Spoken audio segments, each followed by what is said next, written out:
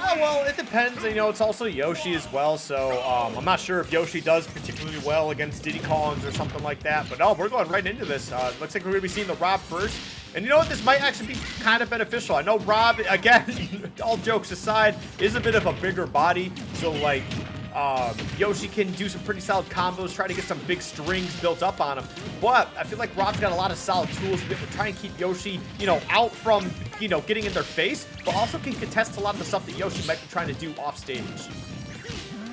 Yeah, Yoshi, the latest hit of that up tilt, it does curve around and cover both sides of Yoshi, and hey, R.O.B's big body can be a blessing and a curse, and in that case, it was absolutely a curse. Getting clipped by that, and it just looks like Pharaoh seems to want to keep that ball rolling. Ooh, gotta be careful. Yeah, almost got caught up on that down air. But, you know, they were actually able to just barely get around it. Yoshi does got a very awkward movement when they're in the air or off stage, so you just kind of have to recognize, you know, all the tools that they have available. But we'll see how Pharaoh's going to try and continue building up this damage. Got the drag down back here. Just continue to pile it on. Oh, that's a stock for sure. Stepping on him all the way to heaven. That was so good, using the chase and that down air to not only build up damage. I mean, he keeps on doing it down, just using all of Yoshi's moves to just full effectiveness, trying to find kill setups on a character that can't easily escape when in midair. Nair is crazy when landing, but it's also pretty slow to start up. Okay, there we go, trying to put some pressure off stage. I think we just saw a teabag there. I'm not sure what they're actually going for. Maybe they're trying to, you know, bait out an option or something. I'm not sure. But either way, it is not looking good. If you are a great Gonzalez fan, because this might be a 3-stock if things don't turn around. Falling out of the up air, that's such a feels bad moment.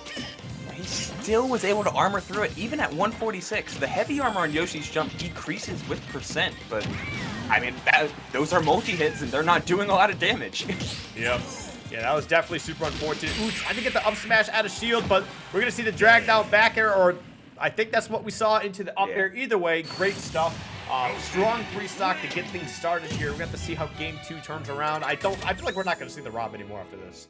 No, I believe that is correct as well. Just it looks like Pharaoh was having an absolute field day with Gonza's R.O.B, which makes a lot of sense. Pharaoh often participating in a lot of South Jersey events as well, him being in that central kind of area. So he gets to practice with an amazing R.O.B in Boosk. So that was no stranger yet. Gonz is sticking it out. It's like, all right, we free-stocked me one game, but this is a different game. Now you got to do it again after I've had a game to learn a little. Oh God, he's learning. He's gonna have to learn quickly. Yeah, starting off with a 0 to death here after a 3-stock. It's not looking good for Gonz fans around the world, but right now it's just a matter of just trying to find a way to turn this around. Sometimes that situation will happen to you, and you just got to look at it and be like, all right, next stock, I can't worry about the first stock that's being dropped. I got to find a way to turn this around. I got to find a way to get some of this engine running here, because, boy, this is not looking good. Yeah, it just keeps folding over and over for Pharaoh, but hey, this is a strong statement from Gonz. It's like, all right, 0 did this happen? But my mentality still doesn't shake. A quick 1-0, or a solid 105, and he's still able to hold down neutral, trying to force Pharaoh into approaching him and fight out of the corner, which he knows that Yoshi players definitely love to do. Gotta be careful with some of these starters, though. These up air juggling spots have been devastating for YoutubeMan and absolutely amazing for Pharaoh. Right. Oh, there we go. Tried to catch Pharaoh, actually jumping from the ledge. The up air wasn't going to be able to get him, though.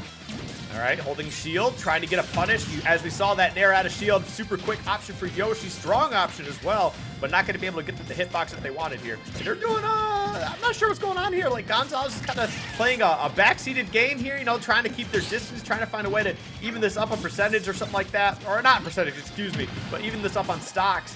And just trying to bait out their time, just, you know, try to see if they can get Pharaoh to do something wrong. But there we go. The up air is going to be able to take that stock. 45% all of a sudden doesn't seem too bad.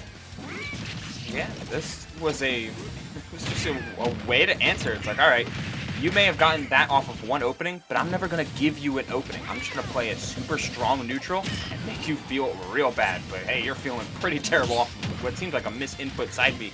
giving Pharaoh his chance to get things going and getting things started and get a little bit of momentum back on his side.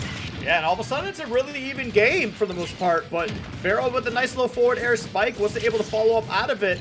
They got to find a way to keep this pressure up because right now it looks like Gonzalez is starting to turn things around here. YouTubeMan is back on the case, but can they find a way to take this stock?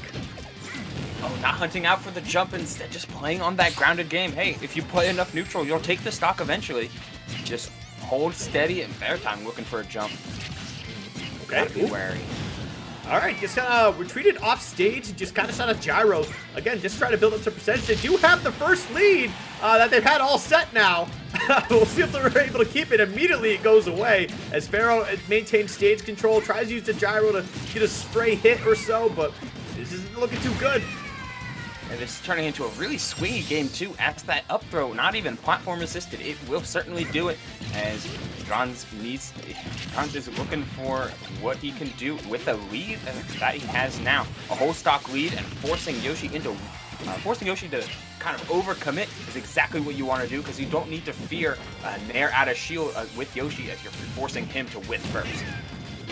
I do like just running up to the edge and just holding shield, just kind of inviting YouTubeMan to do something, right? They were just sitting there just like, come on, press a button. And they actually opted to jump away from ledge. We saw the attempt for a punish from Pharaoh, but Greg Gonzalez was able to turn that around. So beautiful, beautiful stuff from the ledge. It's playing from the ledge can be such a tough spot to be in, especially against a character as mobile as Yoshi.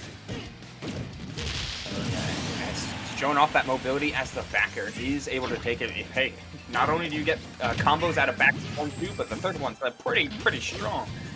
And we have to see what Pharaoh can do. He really needs a starter right about now. An F2 or an up to that F2 will certainly do the trick, yet not able to extend further, kind of respecting YouTubeMan's space.